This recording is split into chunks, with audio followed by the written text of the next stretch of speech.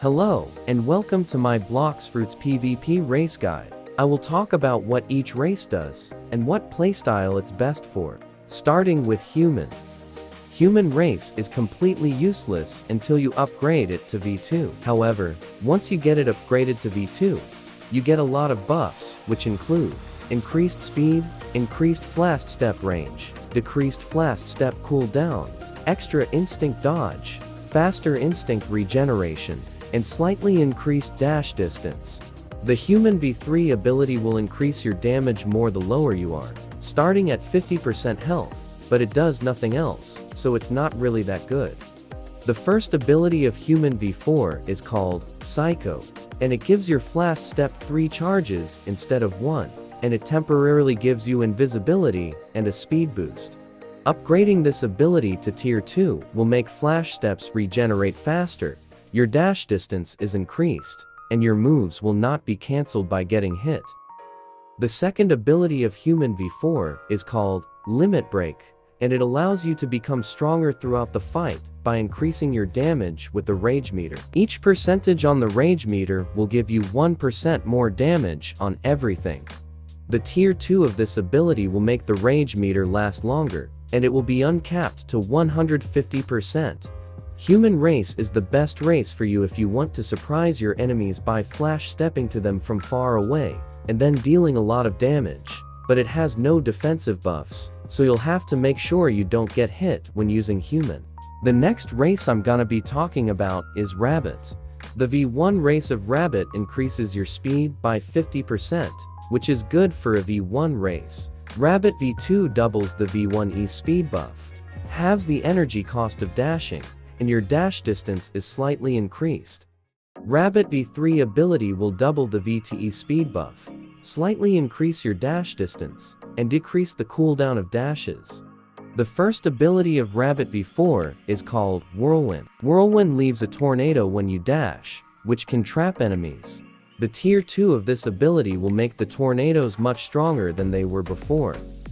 The second ability of Rabbit V4 is called Lightning Cloak, and it gives your dashes much more distance.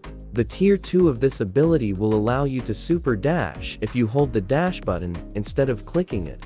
Rabbit is the best for you if you want to be speedy and be able to outrun your enemy, either get away from them or catch up to them. The next race on the list is Shark. Shark V1 decreases the damage you take in water and also increases your swimming speed. Shark V2 increases your speed both in and out of water, and it completely removes water damage. The ability of Shark V3 will decrease all damage taken by 65% and makes you swim slightly faster. The first ability of Shark V4 is called Leviathan's Armor, and it gives you a shield that decreases 85% of all damage taken. The shield regenerates by you dealing damage. The tier 2 of this ability increases the shield's capacity. The second ability of Shark V4 is called Whirlpool, and it applies a debuff on enemies that makes them slower when you hit them. The tier 2 of this ability makes the debuff last longer, and slows them down more. Shark is the race for you if you want to be able to tank a lot of hits, and survive one-shot combos. The next race is Angel. The V1 of Angel slightly increases your jump height. Angel V2 will boost your first air jump, and the energy cost of air jumping is recuted. You also get an extra air jump. The ability of Angel V3 increases your defense by 15, heals around 20% of your max health, and around 10% of your max energy. Angel V4's first ability is called Prince of the Skies, and it allows you to glide by holding the dash button and fly by holding the jump button. The tier 2 of this ability will greatly increase all of its effects. The second ability of Angel V4 is called King's Rule, and it gives you an aura with multiple effects, which include damage, screen distortion, slowness, and energy drain. Upgrading this ability to tier 2 will greatly increase all of its effects. Angel is best if you plan to use combos that keep the enemy close to you, or if you want to play aggressive. The second to last race is Ghoul. The V1 of Ghoul race slightly increases regeneration and 30% extra run speed during the night. Upgrading Ghoul to V2 will give you 25% life leech on fighting styles, and 5% life leech on NPS. The V3 ability of Ghoul buffs all your damage by 5%, speed by 10%, and defense by 15%. It also lets you use your abilities at 40% cooldown. Ghoul's first V4 ability is called Blood Siphon, and it gives all your attacks life leech, but it's weaker on NPS. The tier 2 of this ability will make the life leech much stronger. Ghoul V4E's second ability is called Domain Expansion. It gives you an aura with a lot of effects, and the effects are: Enemites can't regen health, enemies get blinded all night, passives work during daytime, and cooldowns are reduced by 37.5%. The tier 2 of this ability makes it so upon dashing, crows will attack nearby enemies. It also increases the aura's range. Ghoul race is kind of like a mix of all other races, but most importantly, it lets you counter Shark V3 by using Ghoul V3 right after their V3 ends. The last race is Cyborg.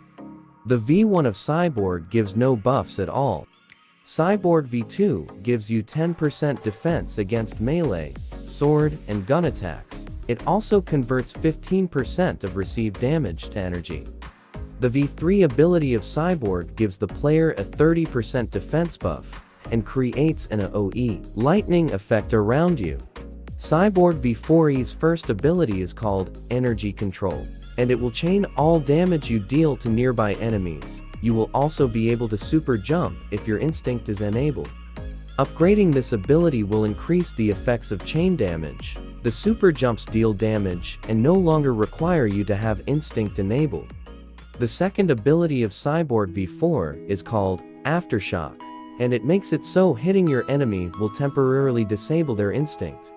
Upgrading this ability to tier 2 will make the effect stronger and make it last longer. Cyborg is good for making one-shot combos easier, or to have an easier time escaping combos. Like and subscribe if you found this guide useful, and let me know if there is anything I got wrong or missed. See you in my next video.